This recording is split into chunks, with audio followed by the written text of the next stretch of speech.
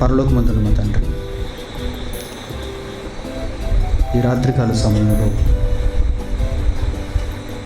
మునుగొచ్చినటువంటి సంగతులను పరిశోధించడానికి నేర్చుకొని మేమందరం మీకు అనుకూలంగా మారటానికి మీరు అనుగ్రహించినటువంటి ఈ చక్కని సందర్భం కొరకు వందనం చెల్లిస్తున్నాం. ఇప్పటి వరకు సమాజముగా కూడి వచ్చినటువంటి నా సోదర సోదరీమణులు మీ జ్ఞానమునందు ఆనందించుచు చిన్నపిల్లల నోట స్తోత్రం సిద్ధింపచేసిన మీ సంగతులను విన్నారు. ఇక ఈ కార్యక్రమంలో ప్రాముఖ్యమైనటువంటి ఈ ఘట్టములో ముందుగా నిర్ణయించుకున్న అంశమును బట్టి చక్కని సంగతులు మేమందరం నేర్చుకొని మీ వాక్యమును మా కడుపార తిని మీ దృష్టికి వివేకవంతులుగా జ్ఞానులుగా మారగలుగుటకు సహాయం చేయమని అడుగుతూ యేసుక్రీస్తు వారి ద్వారా ఈ ప్రార్థన మీకు సమర్పిస్తున్నాం తండ్రి. ఆమేన్. ప్రియమైన సోదర సోదరీమణులారా, దేవుని యొక్క జ్ఞానాన్ని వినటానికి సుదూర ప్రాంతాల నుంచి, అలాగే ఈ చుట్టుపక్కల ప్రాంతాల నుంచి మీరందరూ వచ్చారు. ఒక అంశాన్ని మనం నిర్ణయించుకున్నాం. దాని పేరు నరుడు దేవుని వంటి వాడు కాగలడా? నరుడు దేవుడు కాగలడా? ఈ అంశాన్ని మనం ఈరోజు, రేపు, ఎల్లుండి చక్కగా ఆలోచనాత్మకంగా పరిశోధిస్తూ నేర్చుకుందాం. ఇది చాలా ముఖ్యమైనటువంటి అంశం, చాలా అవసరమైనటువంటి అంశం. కనుక నేను చెబుతున్నటువంటి ఏ మాటను మీరు వృధా పోనివ్వకుండా ప్రతి దానిని మీరు ఆలోచించగలిగితే, మీరు ఇంత దూరం వచ్చినందుకు, ఈ సమయాన్ని దేవుని కొరకు కేటాయించినందుకు మంచి ప్రయోజనం మనకు లభిస్తుంది. నరుడు దేవుడు కాగలడా? ఈరోజు మొదటి రోజు కనుక 3 రోజులకు సంబంధించినటువంటి విషయాన్ని నేను ఎలా చెబుతానో ముందుగా మీకు క్లుప్తంగా తెలియజేస్తాను. మొదటి రోజు నరుడు దేవుడు కాగలడా అనే ఈ అంశంలో నరుడు దేవునిగా మారడం అంటే ఏమిటి? నరుడు దేవునిగా మారడం అంటే ఏమిటి? ఇది వినటానికి చాలా చిన్న విషయంగా కనిపిస్తున్న సుమారు 750 కోట్ల నుంచి 800 కోట్ల వరకు జీవిస్తున్నటువంటి మనుషులకు దీని అర్థం తెలియదు. నరుడు దేవుడుగా మారగలడా అనే ఈ పదంలో ఉన్న ఆంతర్యం ఏంటి? అసలు దీని నిర్వచనం ఏంటి? దీని ముందు వెనక ఉన్న సంగతులేంటి? ఈరోజు మనం వీటిని గురించి ఆలోచన చేద్దాం. ఇక రేపటి రోజు ఈ భూమి మీద జీవిస్తున్నటువంటి కొంతమంది మనుషులు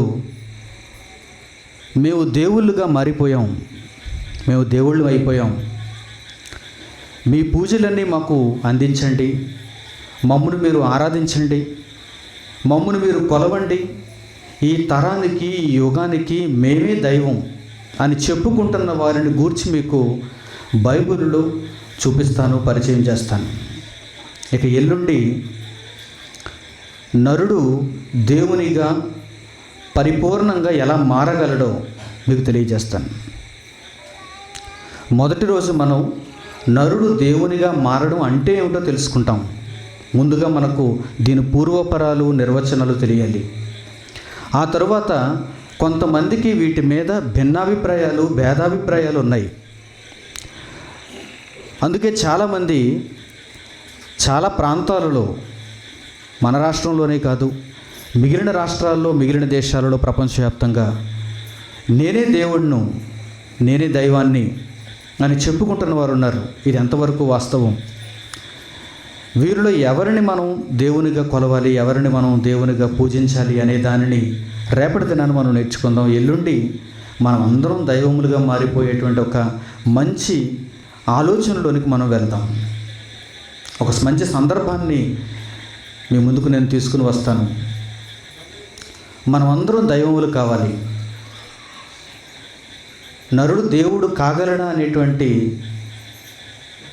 ఈ సభకు వచ్చినటువంటి ప్రతి ఒక్కరూ దైవముగా ఒక నరుడు ఎలా మారతాడో ఈ 3 దినాలు విన్న తర్వాత తెలుసుకొని తీరాలి.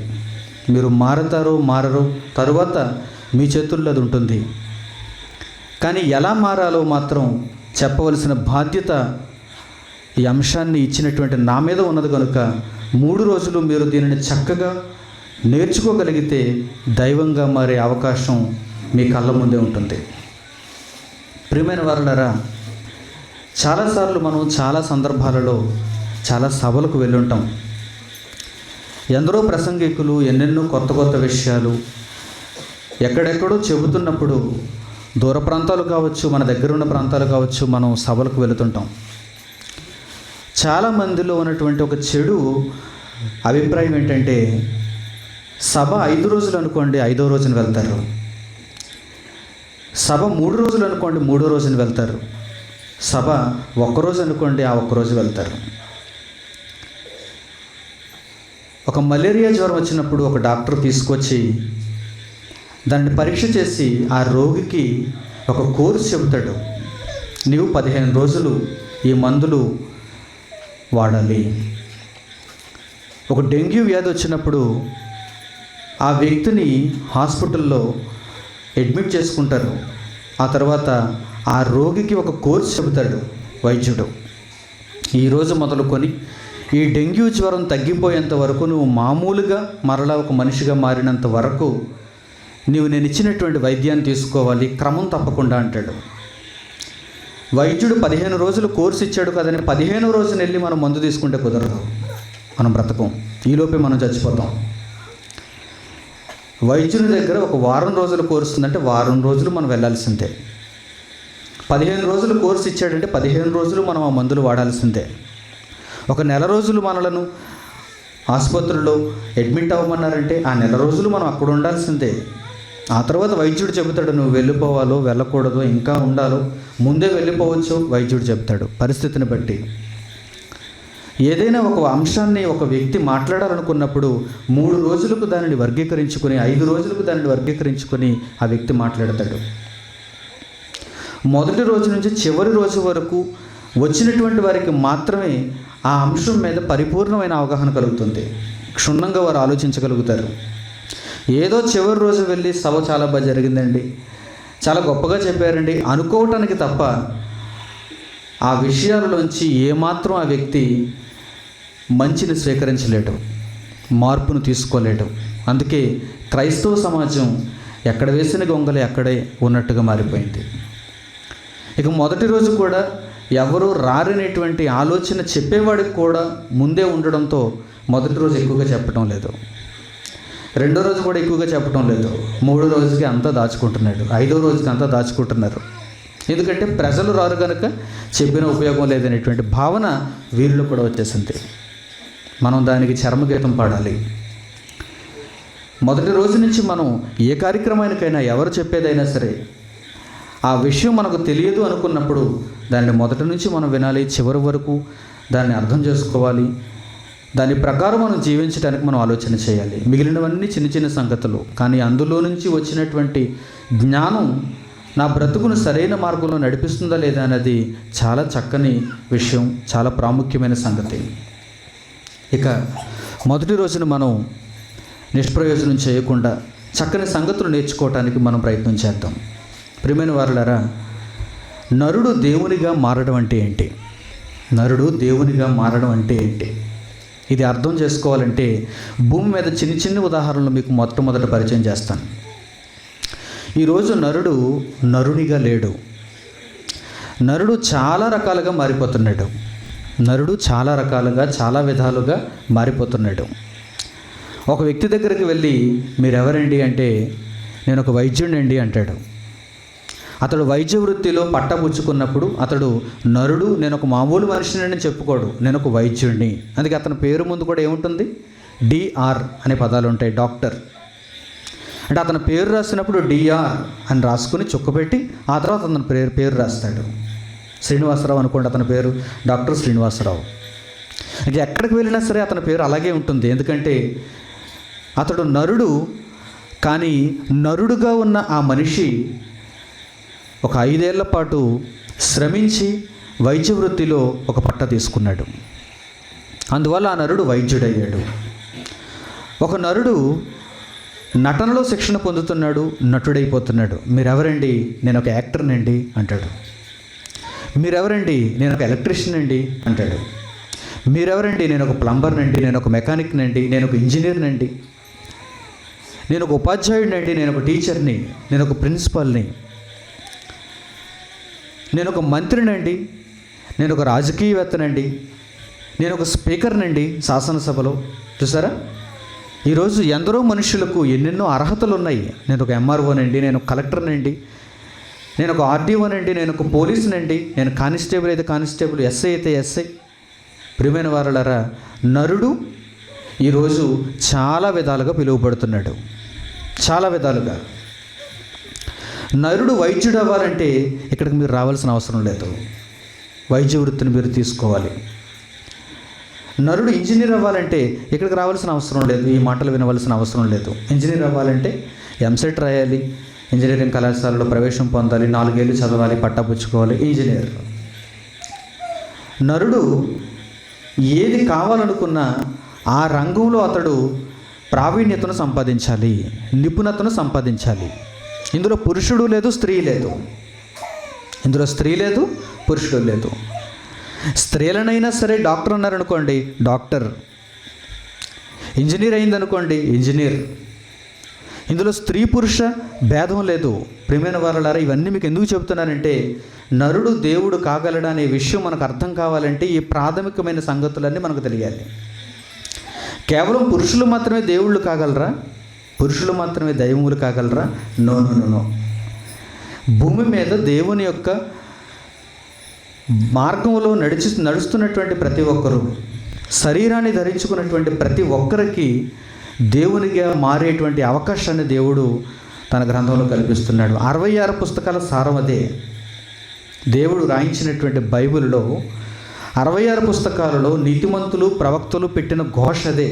ఏంటంటే అది నరుడు దేవునిగా మారాలి. ఎలా మారాలో మనం తెలుసుకుందాం. నరుడు దేవుడు కాగలడా? నరుడు దేవునిగా మారాలి. ఎలాంటి దేవుడిగా మారాలి? ఎలాంటి దేవునిగా మారాలి? మనం పూజలు అందుకునే దేవునిగా మారాలా? నేను కుర్చీ మీద కూర్చుంటే నాకు ఒక ఎర్రతెవాచి మీరు పరిచి, నాకు కట్టుపళ్ళు, అగరబత్తి, హారతి కర్పూరం ఇవన్నీ ఇచ్చేటువంటి దేవుడిగా నేను మారిపోవాలా? మీరు మారిపోవాలా? ఈరోజు ఈ 3 తరగతుల్లో మనం ఆలోచన చేద్దాం, చక్కగా మనం నేర్చుకుందాం. స్త్రీలకు, పురుషులకు, ఇంకా మీరు లోతుకు వెళ్ళి పరిశీలిస్తే నపుంసకులకు కూడా, అటు స్త్రీలు పురుషులు కాని వారికి కూడా దేవుడయ్యే అవకాశం ఉంది. ఎందుకంటే ఈ ప్రపంచంలో ఏదైనా అయ్యే అవకాశం వారి ముగ్గురికి ఉన్నప్పుడు దేవుడయ్యే అవకాశం కూడా ముగ్గురికి ఉంది. బాగా ఆలోచించాలి. ఒక నపుంసకుడు డాక్టర్ అయితే డాక్టర్ నపుంసకుడు అనరా? ఆ నపుంసకుని ఇక్కడ పేరు ఏదో ఉందనుకుందాం, ఒక రాజు అనే పేరు ఉందనుకుందాం. డాక్టర్ రాజు అనరా? అతను నపుంసకుడు కదా, ఇతను డాక్టర్ అనకూడదు అంటారా? అతను నపుంసకుడు కదా, ఇతను మంత్రి అనకూడదు అంటారా? బైబిల్లోనే మనకు ఒక నపుంసకుడు మంత్రి కనిపిస్తాడు అపొస్తలుల కార్యాల్లో. అర్థమవుతుందా మీకు? ప్రియమైన వారలారా, భూమి మీద ఎవరైనా శరీరాన్ని ధరించుకున్నటువంటి వారు ఏదైనా అవుతున్నప్పుడు వారు దేవుడయ్యే అవకాశం కూడా ఉందన్నమాట. ఇక బైబిల్ను మనం తెరుద్దాం. దేవుడు రాయించినటువంటి మాటలను చక్కగా మనం ఆలోచన చేద్దాం. ఆదికాండం 1వ అధ్యాయం ప్రారంభ పుస్తకంలోనే దేవుడు దీన్ని గూర్చిన కొన్ని సంగతులను వ్రాయించాడు. చూద్దాం. ఆదికాండం 1వ అధ్యాయము 27వ వచనం జాగ్రత్తగా చూడండి. ఆదికాండం 1వ అధ్యాయము 27వ వచనం. దేవుడు తన స్వరూపమందు నరుని సృజించెను, దేవుని స్వరూపమందు వాని సృజించెను, స్త్రీనిగాను పురుషునిగాను వారిని సృజించెను. ఎంత చక్కగా చెప్పేశాడు చూడండి దేవుడు. మనం చెప్పుకున్న మాటలన్నిటినీ జాగ్రత్తగా ఆలోచిస్తే ఎంత చక్కగా వ్రాయించాడు చూడండి ఆయన. ఎన్నోసార్లు మనం చదివిన జాగ్రత్తగా మీరు చూడండి ఈ మాటని. 27వ వచనంలో దేవుడు తన స్వరూపమందు నరుని సృజించెను. అంటే మొట్టమొదట ఏదెను వనంలో అడుగుపెట్టిన మనిషి ఎవరన్నమాట? దేవుని స్వరూపమందున్న నరుడు. చూసారా? ఆ నరుడు దేవునిగా వచ్చిన నరుడు. అందుకే ఏమంటున్నాడు దేవుడు తన స్వరూపమందు నరుని సృజించెను. తన స్వరూపమందు నరుని సృజించెను అంటే ఏంటి? తన స్వరూపం అంటే దేవుని యొక్క పోలికను, దేవుని యొక్క రూపాన్ని ఆదాముకి ఇచ్చాడు, మొదటి మనిషికి ఇచ్చాడు. ఇంతకీ ఆదాముకు ఒక్కడికే ఇచ్చాడా? క్రింది మాటల్లో మీరు చూడండి. 27వ వచనం 2వ భాగంలో ఏమంటున్నాడు? దేవుని స్వరూపమందు వారిని సృజించెను. అలాగని మీరు పురుషుడు ఒక్కడే దేవుని స్వరూపంలో ఉన్నాడేమో అనుకుంటారేమో. స్త్రీని గాను పురుషుని గాను వారిని సృజించెను. అంటే నరులు అనగానే స్త్రీలు పురుషులు ఇద్దరు వస్తారు అని అర్థం. అప్పటికి నపుంసకులు లేరు, అందుకే ఆయన మాట్లాడలేదు. తర్వాత సందర్భాల్లో మరలా చెప్పాడు వారిని గురించి. స్త్రీని గాను పురుషుని గాను వారిని సృజించాను. అంటే ఆది కాండంలో ఏదెను తోటలో ఇంకా మనుషులు పాపం చేయకముందు వారు ఎవరి స్వరూపంలో ఉన్నారు? దేవుని స్వరూపంలో ఉన్నారు. మరొక చక్కని మాట చూద్దాం. అదే ఆది కాండం 5వ అధ్యాయం ప్రారంభ వచనం. అదే ఆది కాండము 5వ అధ్యాయము 1వ వచనం. ఆదాము వంశావళి గ్రంథం ఇదే. దేవుడు ఆదామును సృజించిన దినమున దేవుని పోలికగా అతన్ని చేస్తాను. చాలా చక్కగా పిన్ టు పిన్ చెబుతున్నాడు చూడండి ఆయన. ఏంటి ఆయన చెప్పేది? దేవుడు ఆదామును సృజించిన దినమున దేవుని పోలికగా అతన్ని చేశాను. అంటే తరువాత అతని పోలిక మారిపోయిందని అర్థం. అందుకే చూసారా, ఒకవేళ మీరు ఆదాము దేవుని స్వరూపంలో పుట్టాడు, ఆదాము దేవుని స్వరూపంలో తయారు చేయబడ్డాడు అని వ్రాయిస్తే ఆదాము చచ్చిపోయేంత వరకు దేవుని స్వరూపంలోనే ఉన్నాడేమో అని భ్రమపడతారు. అందుకే ఆయన చాలా క్షుణ్ణంగా రాయిస్తున్నాడు చూడండి. ఏమంటున్నాడు ఆయన? దేవుడు ఆదామును ఏ రోజైతే సృష్టించాడో ఆ రోజున ఆదాము ఎలా ఉన్నాడు? దేవుని స్వరూపంతో ఉన్నాడు. అంటే తర్వాత ఏదో మిస్టేక్ జరిగింది, తర్వాత ఏదో తప్పటడుగు పడింది అన్నమాట. ఆదాము ఒక్కడే అనుకుంటున్నారు. మరలా ఇక్కడ చెబుతున్నాడు చూడండి. ఏమంటున్నాడు ఆయన? మగవాని గాను ఆడుదాని గాను వారిని సృజించి వారు సృజింపబడిన దినమున వారిని ఆశీర్వదించి వారికి నరులని పేర్లు పెట్టెను. అంటే స్త్రీ కూడా నరుడు, నరుల్లోంచి వచ్చింది నారి అన్నాడు. వీరిద్దరూ నరులు అంటున్నాడు దేవుడు. నరుడు నారి వీరిద్దరు నరులు. వీరిద్దరూ సృష్టింపబడిన దినమున ఎలా ఉన్నారట? సృష్టింపబడిన రోజున ఎలా ఉన్నారట? దేవుని స్వరూపంలో ఉన్నారు, దేవుని పోలికతో ఉన్నారు, దేవుని రూపంలో ఉన్నారు. ఇప్పుడు మనకి ఇదే కావాలి. ప్రశ్న వేసి ఏ అంశాన్ని అయితే మనం నేర్చుకోబోతున్నామో ఆ అంశానికి చివరికి మనం ఇదే సమాధానాన్ని కనుగొనాలి. ఏ రూపాన్నైతే ఆదాముకు హవ్వకు దేవుడిచ్చాడో ఆయన వారిని సృజించినప్పుడు నరులకు ఏ రూపాన్నైతే దేవుడిచ్చాడో ఆ రూపంలోనికి మనిషి మారితే తప్ప మనిషి పరలోకం వెళ్ళలేడు. ఇక ఏ సందేహం లేదు ఇందులో. అందుకే దేవుడు ఎంత క్షుణ్ణంగా వ్రాయించాడు. ఆ మాటలు మన కొరకు ఎందుకు వ్రాయించాడు అనుకుంటున్నారు? ఎప్పుడో వేల సంవత్సరాల క్రితం జరిగినటువంటి ఈ సందర్భం మన చేతుల్లో ఎందుకు పెట్టాడంటారు దేవుడు? మీకు ఆ రూపం రావాలి, మరలా రూపం తెచ్చుకునే అవకాశం కోసమే. ఇదిగో బైబిల్లో ఇంకా చాలా పుస్తకాలు ఉన్నాయి చూడండి. 66 పుస్తకాలు ప్రకటన గ్రంథంతో ముగించాడు దానిని.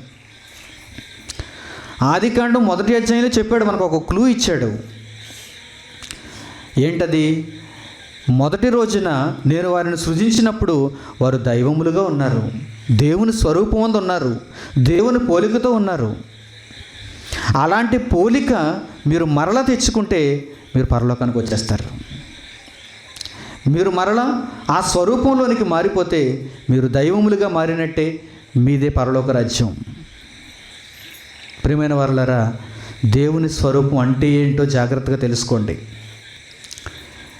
దేవుడిగా నరుడు మారడం అంటే ఏంటో జాగ్రత్తగా అర్థం చేసుకోండి. దేవునిగా మారడం అంటే ఏంటి? మరలా ఈ సంగతిని మనం జాగ్రత్తగా ఆలోచన చేద్దాం. ఇక్కడ మీకు ఒక ప్రశ్న వేస్తాను. ఆదామును హవ్వను దేవుడు మొదటి దినాన ఎలా చేశాడు? ఎవరి స్వరూపమందు చేశాడు? దేవుని స్వరూపమందు చేశాడు. ఇంతకీ దేవుని స్వరూపం అంటే ఏంటి? ఇంతకీ దేవుని స్వరూపం అంటే ఏంటి? కళ్ళు, ముక్కు, నోరు, నాలుక, లోపల 32 పళ్ళు, చేతులు, కాళ్ళు, మొండెం, అవయవాలు, ఇదా దేవుని స్వరూపం? ఇదా దేవుని స్వరూపం? జాగ్రత్తగా ఆలోచించండి. ప్రారంభపు దినాన దేవుడు ఆదాముకు హవ్వకు ఇచ్చిన ఆ స్వరూపం ఏంటి? దేవుని స్వరూపం ఏంటి? ఇప్పుడు మనం దేవుళ్ళుగా మారాలంటే ఈ మాత్రం తెలియకపోతే మనం దేవుళ్ళుగా ఎలా మాత్రం చెప్పండి? ఆదాముకు హవ్వకు దేవుడిచ్చిన ఆ రూపం ఏంటి ఇంతకీ? పోనీ అందరూ పైన బైబిల్ చదువుతారు కనుక అందరూ అనుకున్నట్టుగా కాసేపు ఈ బాహ్య రూపాన్ని దేవుడు తన రూపంగా ఆదాముకు హవ్వకు ఇచ్చాడు అనుకుందాం కాసేపు.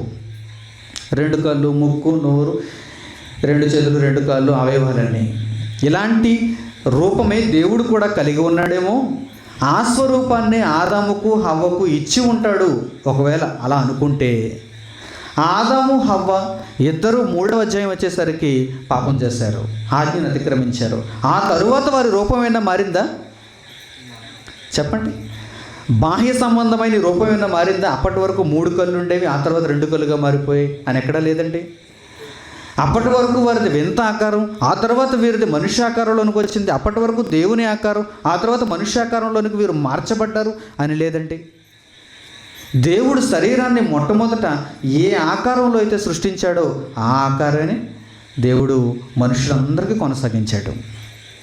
ఆదాముకు అదే ఆకారం, హవ్వకు అదే ఆకారం. ఆ తర్వాత వారి ఇరువురి నుంచి వచ్చిన ప్రతి ఒక్కరికి అదే ఆకారం ఇవ్వబడింది. అంటే దేవుడిచ్చిన ఆ స్వరూపం, దేవుడిచ్చిన ఆ పోలిక, ఆ రూపం, ఆ ఆకారం బాహ్య సంబంధమైంది కాదు అని మనకు అర్థమవుతుంది. చూడండి, ఇక్కడ బాహ్య సంబంధమైంది కాదు అంటే మన కళ్ళకు కనిపిస్తున్నటువంటి ఈ రూపం కాదు. మనం మరలా ఏదో రూపం మార్చుకోవటానికి ప్రయత్నించే అవకాశమే లేదు. చాలామంది చూడండి, దేవుడిగా మారాలి అంటే పైన రూపాన్ని మార్చుకోవడానికి ప్రయత్నం చేస్తారు. ఎందుకంటే వారికి ఇది అర్థం కాలేదన్నమాట. మీసాలు తీసేస్తారు. అంటే దేవునికి మీసాలు ఉండకూడదు అనమాట. మీసాలు తీసేస్తారు. జుట్టు పొడవుగా పెంచుకుంటారు. అంటే దేవునికి జుట్టు పొడవుగా ఉంటుందని ఎక్కడో చూశాడు ఏదో ఫోటోలో, అందుకని జుట్టు పొడవుగా పెంచుకుంటాడు. ఆ తర్వాత వస్త్రధారణ మార్చేస్తాడు, అంగీలు వేసుకుంటాడు, లేకపోతే అతనికి నచ్చినటువంటి వస్త్రాలు వేసుకుంటాడు, ప్రజలు మెచ్చుకునేటువంటి వస్త్రాలు వేసుకుంటాడు, హావభావాలు మారుస్తాడు, తన ముఖ కవలికలు మారుస్తాడు, తన మాటను మారుస్తాడు. ఇదేనా దైవత్వం? ఇదేనా దేవుని స్వరూపం? ఇదేనా దేవుని పోలిక? ఆదాముకు హవ్వకు మొదటి రోజున దేవుడిచ్చిన పోలిక ఇదా? బాహ్య సంబంధమైన పోలిక. మీసాలు తీసేసి జుట్టు పొడవుగా పెంచి, ఏదో రంగు బట్టలు ఇచ్చి, ఏదో మెడలో కొన్ని దండలు వేసి, చేతికి కొన్ని ఇచ్చి, కాళ్ళకు ఏదో తొడిగి ఎక్కడో కూర్చోమని, ఇది కాదండి. ఆదాముకు హవ్వకు దేవుడిచ్చిన రూపం ఇది కాదండి. తన స్వరూపం అంటే ఇలా ఉండదండి. దేవుని స్వరూపం అంటే ఇలా ఉండదండి. ప్రపంచానికి అర్థం కాలేదు ఈ సంగతి. అందుకే దేవుని మీద కనీసపు అభిప్రాయం ఈరోజు మనిషికి లేదు. అందరూ వారికి ఇష్టం వచ్చినటువంటి పద్ధతుల్లో వెళ్ళిపోతున్నారు. అందరూ ఏకత్రాటి మీదకి దేవుని విషయంలో రాలేకపోతున్నారు. అందుకే దానికి కారణం అదే. ప్రియమైన వారులారా, దేవుడు ఆదాముకు హవ్వకు ఇచ్చిన ఆ స్వరూపం ఏంటో ఈరోజు మనం జాగ్రత్తగా ఆలోచన చేద్దాం. అది మనకు అర్థం కావాలి. అసలు ఆదాము హవ్వలు పాపం చేయకముందు ఎలాంటి స్వరూపాన్ని కలిగి ఉన్నారు వాళ్ళు? అసలు ఆ స్వరూపం అంటే ఏంటి? ఆ స్వరూపాన్ని నేను తెచ్చుకోగలనా? మనమందరం తెచ్చుకోగలమా? ఆ స్వరూపంలో ఉన్న గొప్పతనం ఏంటి? పరలోకానికి మనల్ని తీసుకుని వెళ్ళే ఆ దేవుని రూపం ఏంటి? నరుడు దేవుడు కాగలడా? ఆలోచన చేద్దాం. చక్కని మాట చూపిస్తాను మీకు ఇప్పుడు. సమూయేలు మొదటి గ్రంథంలో 16వ అధ్యాయంలో సమూయేలు సౌలు తర్వాత మరొక రాజును ఎన్నుకోవటానికి యెషయి దగ్గరికి వెళ్ళాడు. సమూయేలు మొదటి గ్రంథం 16వ అధ్యాయం చూడండి.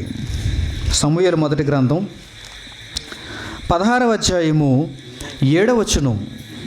సమూయేలు మొదటి గ్రంథం 16వ అధ్యాయము 7వ వచనం. అయితే యెహోవా సమూయేలుతో ఎలాగూ సెలవిచ్చిన, ప్రవక్తకు కూడా ఒక సంగతి అర్థం కాలేదు. ప్రవక్తకు కూడా దేవుని స్వరూపం అంటే ఏంటో అర్థం కావటం లేదు. చూడండి, ఇంకా నేర్చుకుంటున్నారు వీరందరూ.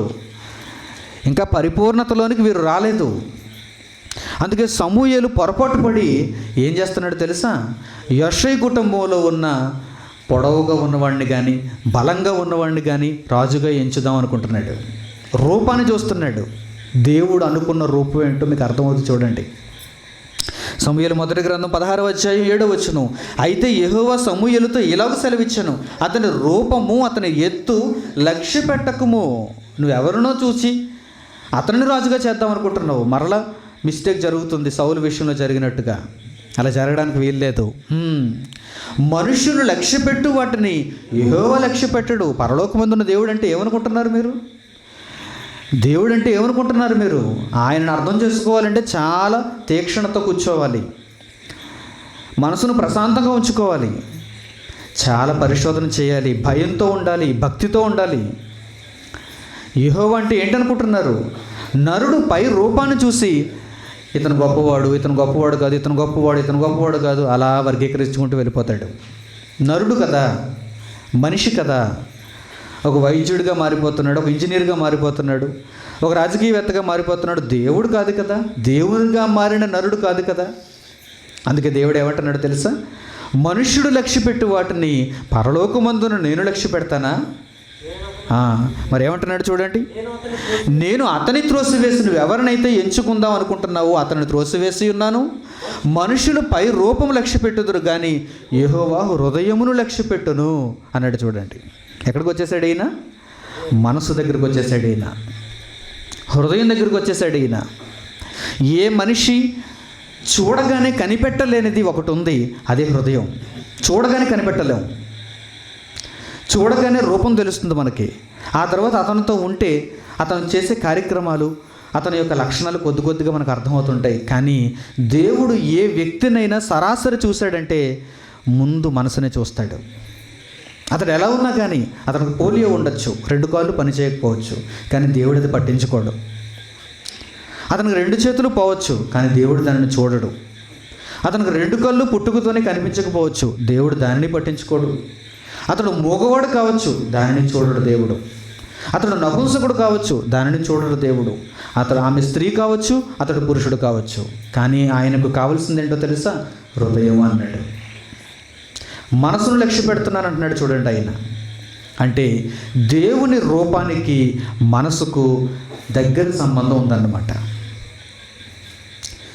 దేవుడు ఆదాముకు హవ్వకు ఇచ్చిన ఆ రూపానికి, హృదయానికి చాలా దగ్గర సంబంధం ఉంది.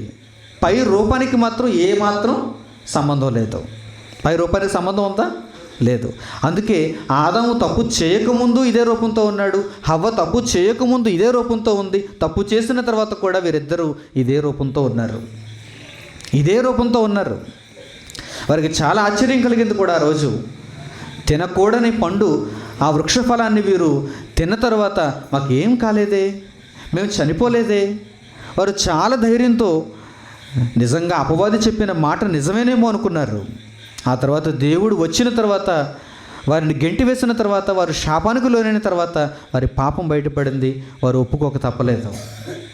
ప్రియమైన వారులారా, దేవుడిచ్చిన స్వరూపం, దేవుని రూపం పై రూపానికి సంబంధించింది కాదు, బాహ్య రూపానికి సంబంధించింది కాదు, అది హృదయానికి సంబంధించింది. ఇంతకీ హృదయం ఎక్కడుంది?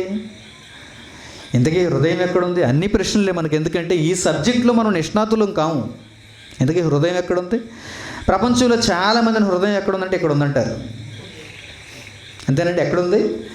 ఎడం వైపున ఉందంట. ఇంతకీ ఎడం వైపున ఎందుకు చూపిస్తున్నారు? ఎడం వైపునే ఉంది. ఇంతకీ గుండె ఉన్న చోట హృదయం ఉంటుంది అని ఈ ప్రపంచంలో 99.9% మనుషులు నమ్ముతారు. నమ్మరా? నమ్ముతారు. అందుకే గుండె బొమ్మ వేస్తుంటాడు. ఎప్పుడైనా హృదయాన్ని గురించి మనకు చెప్పాలంటే గుండె బొమ్మ. ప్రేమికులకు బాగా ఈ విషయంలో పిచ్చి పట్టుకుంటుంటుంది. ఏంటంటే హృదయం ఎక్కడుంది, హృదయం ఎక్కడుంది అని పాడుతుంటాడు. అప్పుడు చూసారా? ఎక్కడ కొడతాడు? ఇక్కడే. స్టెప్ ఎలా ఉండదు చెప్పండి? హృదయం ఎక్కడుంది అంటుంటాడు.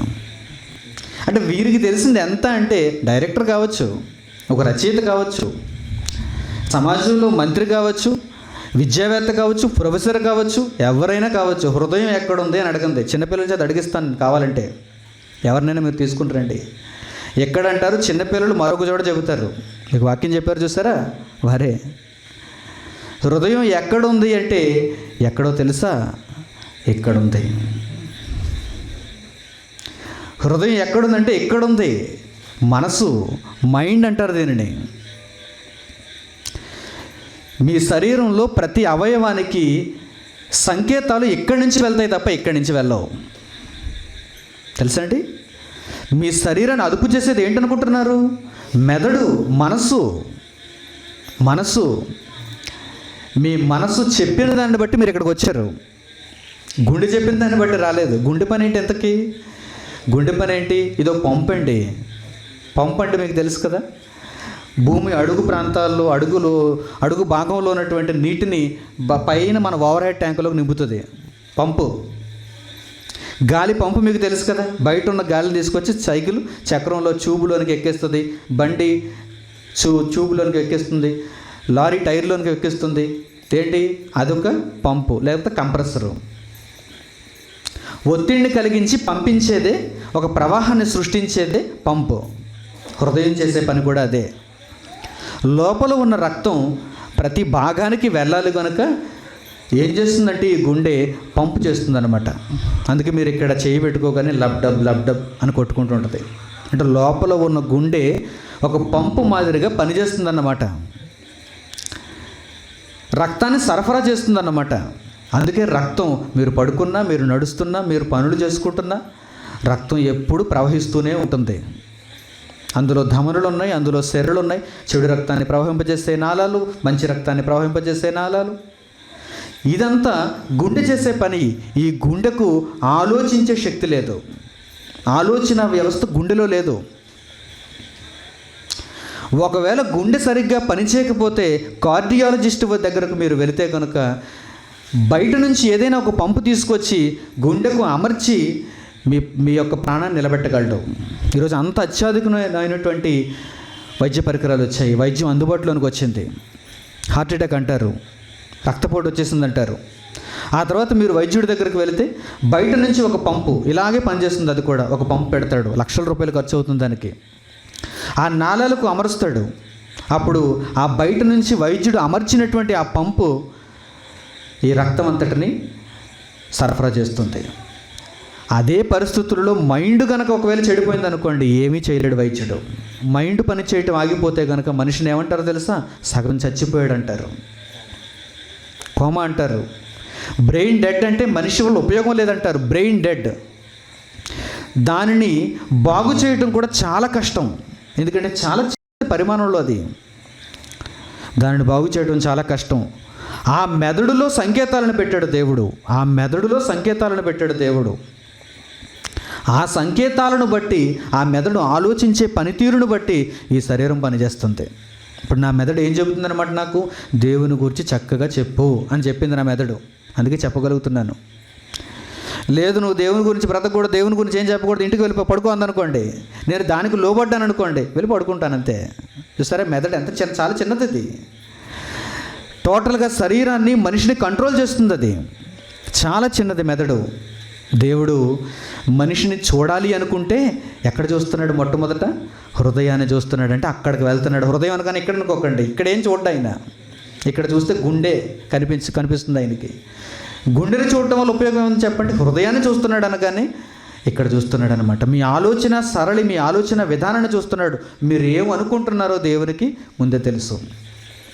అందుకే యెషయా కుమారుల్లో చాలామంది ఎన్నెన్నో అనుకుంటున్నారు. వారి యొక్క హృదయాలు పరిపరి విధాలుగా ఉన్నాయి.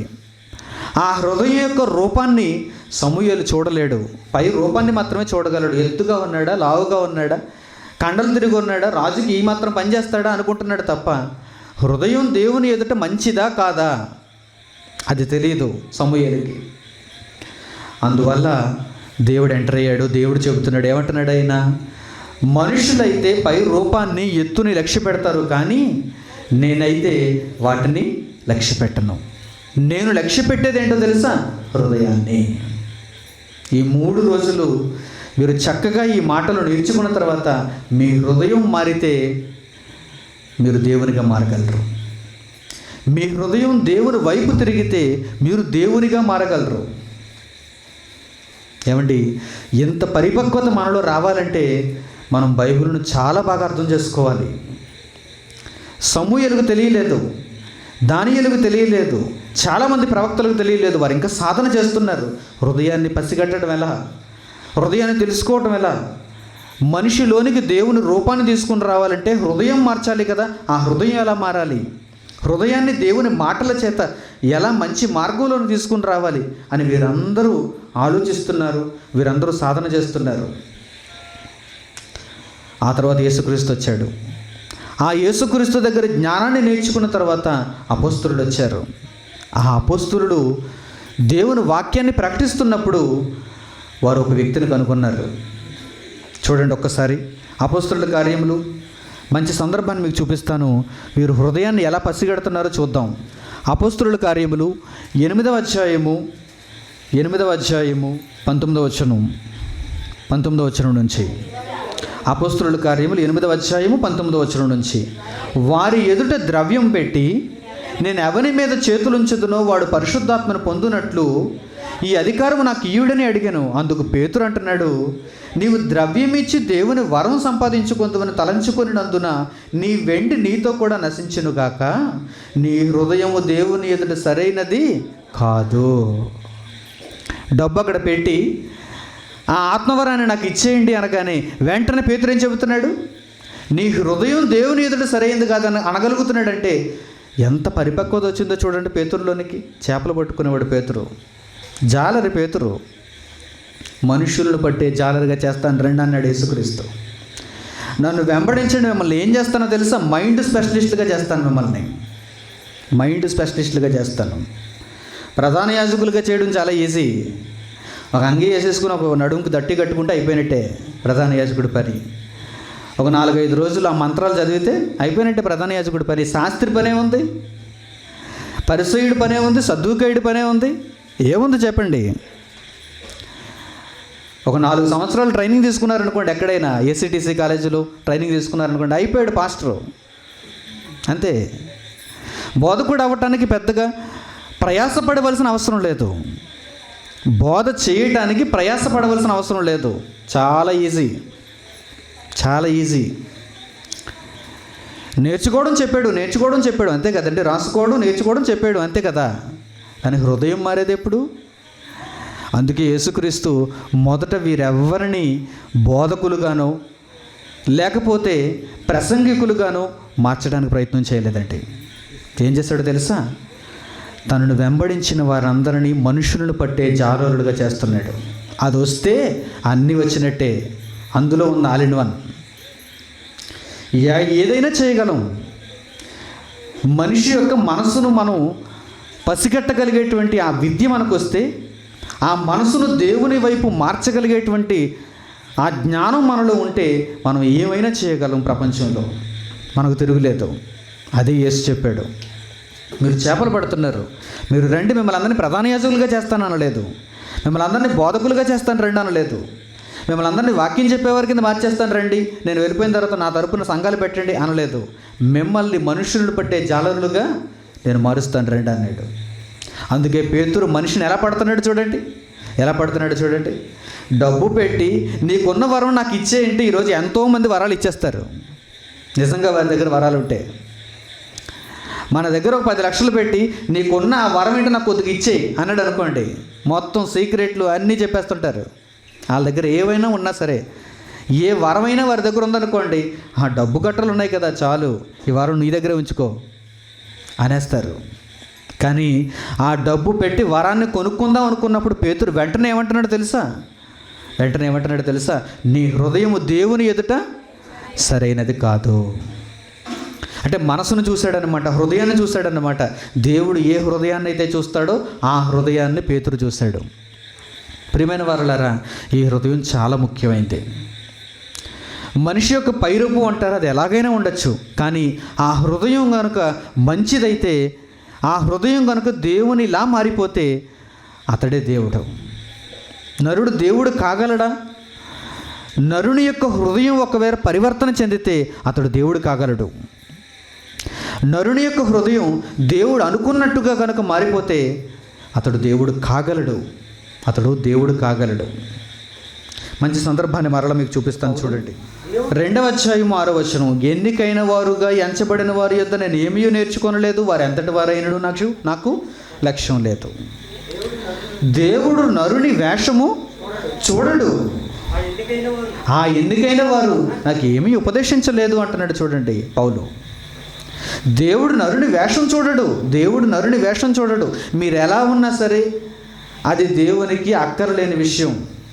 రూపానికి మీరు ఎలా ఉన్నా సరే అది దేవునికి అక్కరలేని సంగతి. ఎప్పుడు మీరు దీన్ని మర్చిపోకూడదు.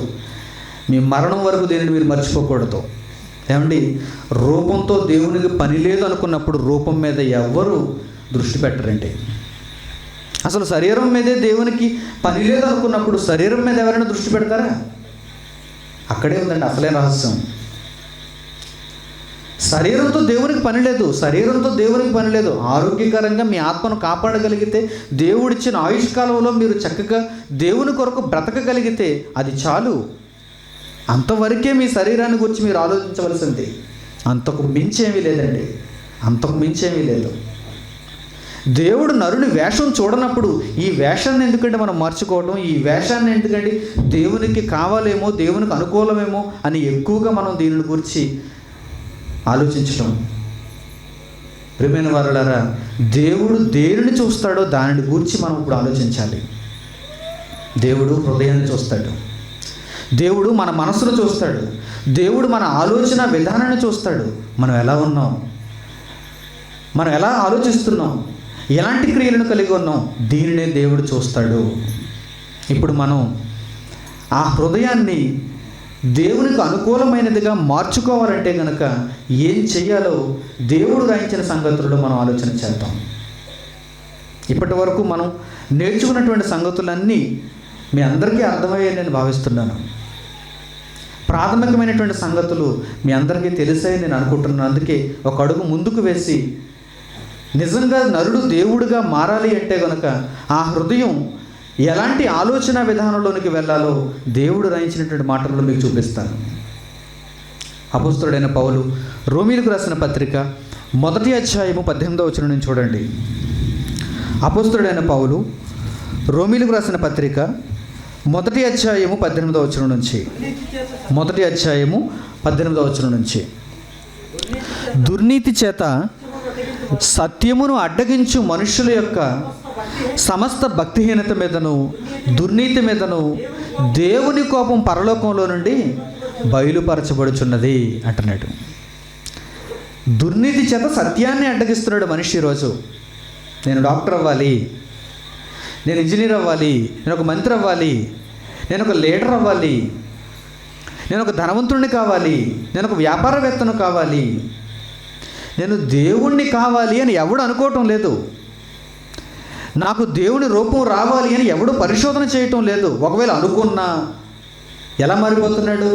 పూజలు అందుకునే దేవుడిగా మారిపోతున్నాడు. ఎక్కడో ఒకడు అనుకుంటున్నాడు నేను దేవుడిగా మారాలని, కోటికి ఒకడు అనుకుంటున్నాడు. వాడెలా మారిపోతున్నాడు? నాకు పూజలు అందాలి. ఏ వ్యాపారం సరిగ్గా రాణించలేదనుకోండి, దేవుని వ్యాపారం చేస్తున్నారు ఈరోజు చాలామంది. ఏ వ్యాపారం సరిగ్గా రాణించడం లేదనుకోండి, అన్నింటిలోనూ చొక్కు ఎదురవుతుంది అనుకోండి, అప్పుడు ఏం చేస్తాడు? పైసా పెట్టుబడి లేని వ్యాపారం. ఒక ఫ్లెక్స్ బోర్డు కట్టించుకుంటే చాలు, ఎక్కడైనా ఒక ఆశ్రమంలాగా ఒక గుడిలా కట్టించుకుంటే చాలు, ఒక చర్చిలా కట్టించుకుంటే చాలు, అయిపోయింది. నేను దేవునిగా మారాలనే ఆలోచన ప్రతి మనిషికి రావాలి. చిన్నప్పటి నుంచి తల్లిదండ్రులు కూడా పిల్లలకు ఈ విషయం నేర్పించరండి. నువ్వు పెద్ద అయిన తర్వాత ఏమవుతావమ్మా? డాక్టర్ అవుతాననాలి, ఇంజనీర్ అవుతాననాలి, లేకపోతే వ్యాపారవేత్తను అవుతాననాలి. ఇలా నేర్పిస్తారు తప్ప నేను దేవుణ్ణి అవుతాననాలి అని ఎవరు నేర్పించరు. బాగా ఆలోచించాలి మీరు. అందుకే దేవుడు ఏమంటున్నాడో తెలుసా? ఇదే దుర్నీతి అంటున్నాడు. ఈ దుర్నీతి చేత మనుషులు ఏం చేస్తున్నారు? సత్యమును అడ్డగిస్తున్నారు. దుర్నీతి చేత మనుషులు ఏం చేస్తున్నారు? సత్యమును అడ్డగిస్తున్నారు. సత్యమును అడ్డగిస్తున్నారు. సత్యమును అడ్డగించారు కనుకనే ఈరోజు మనిషి ఆలోచన విధానం పూర్తిగా మారిపోయింది. అసలు దేవుని వైపే లేదు.